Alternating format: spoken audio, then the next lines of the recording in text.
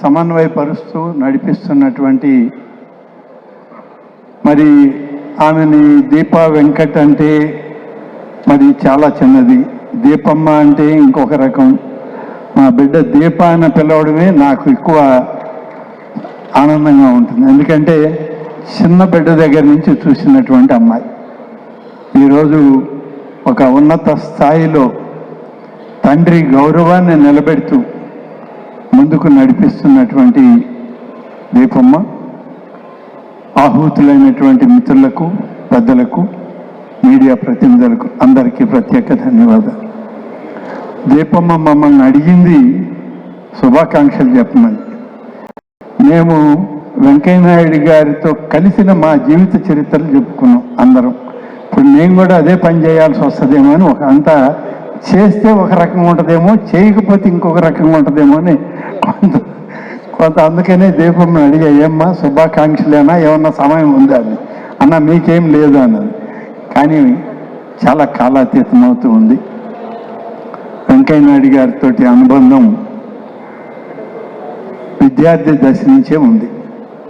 ప్రత్యేకంగా రేపటి తరానికి ఒకవేళ మేము ఏదైనా చెప్పాల్సి వస్తే సందేశం చెప్పాలి తప్ప ఇక్కడ ఉన్నటువంటి ఆహూతులకి అందరికీ వెంకయ్యనాయుడు గారికి మాకు ఉన్న అనుబంధం, ఆత్మీయత అనేక సందర్భాల్లో విడిపోయినటువంటి పరిస్థితులు అన్నీ కూడా అందరికీ తెలుసు, ప్రత్యేకించి చెప్పాల్సిన అవసరం లేదు. ఆనం వెంకటరెడ్డి గారిని వెంకన్న అని పిలిచేవాడు మన వెంకయ్యనాయుడు గారు. నేను 83లో మొదటిసారి ఎమ్మెల్యే అయినప్పుడు శాసనసభలో ఏ విధంగా మాట్లాడాలి అనే దానికి తెలుసుకోవడానికి ఆయన క్వార్టర్కి వెళ్ళాను. ఆయన ఫ్యామిలీ క్వార్టర్లో ఉంటే నేను సింగిల్ రూమ్లో ఉండేవాడిని.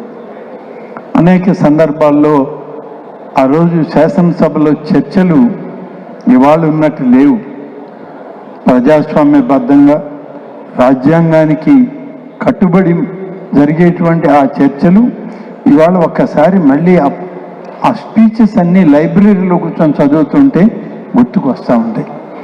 ఆనాడు వెంకయ్యనాయుడు గారు, జైపాల్ రెడ్డి గారు, ఓంకార్ గారు, అనేక మంది పెద్దలు, అట్లాగే ప్రతిపక్షంలో బాగారెడ్డి గారు, సమరసింహారెడ్డి గారు, ఇలాంటి అనేక మంది విద్యావంతులు, మేధస్ రాజకీయ విజ్ఞులు ఆ రోజు చేసేటువంటి ప్రసంగాలు దాదాపుగా నేను వాటిని 83 నుంచి 99 వరకు చూశాను. 99 2004లో కొంత వెనకబడ్డది. ఇప్పుడైతే అసలు ఏమి లేదు. ఉందని చెప్పుకుంటే మమ్మల్ని మేము మోసం చేసుకోవడమే. వెంకయ్యనాయుడు గారి దగ్గర మేము ఏదో అభూత కల్పన సృష్టించి శాసనసభ చాలా బాగుందని చెప్పే ప్రయత్నం చేస్తే ఆయనకు మాకన్నా బాగా ఎక్కువ తెలిసి దీని గురించి, కాబట్టి అది కూడా చెప్పలేము. ఇవాళ చర్చలు లేవు, సమీక్షలు లేవు, ఎవరి గురించి మాట్లాడుకునే పరిస్థితి లేదు. ప్రతిపక్షం లేనటువంటి సభల్లో ఉన్నాం ఇవాళ. ప్రతిపక్షం లేకుంటే ప్రజాస్వామ్యం రాదు, మనుగడ సాగించలేదు. ఇటువంటివి అనేక విషయాలు ఉన్నాయి, కానీ ఇది సమయం కాదు. వెంకయ్యనాయుడు గారితో విద్యార్థి రాజకీయాల్లో, ప్రత్యక్ష రాజకీయాల్లో అనేక సందర్భాల్లో కలిసి తిరిగాం. విడిపోయిన సందర్భాలు ఉన్నాయి. విడిపోయిన స్నేహం, రాజకీయ ఆలోచన ఎప్పుడు కూడా విభేదించలేదు, కలిసే తిరిగేవాళ్ళు. స్వర్గీయ ఎన్టీఆర్ గారి సందర్భంలో కానీ ఆ తర్వాత వచ్చినటువంటి రాజకీయ మార్పుల్లో ఈ రాష్ట్రం విడిపోయినటువంటి సందర్భాల్లో కూడా అనేక సార్లు చర్చల్లో పాల్గొని మాట్లాడుకొని విశ్లేషించుకొని సలహాలు సూచనలు తీసుకుంటూ రాజకీయాల్లో ఈరోజు 4.5 దశాబ్దాల రాజకీయ జీవితం.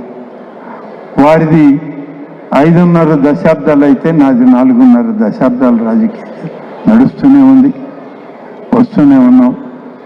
రాజకీయాల్లో స్వతహాగా స్వయం కృషితో ఎదిగినటువంటి వ్యక్తిత్వం ఉన్నటువంటి వ్యక్తి ఇవాళ వెంకయ్య వెంకయ్య నాయుడు గారు.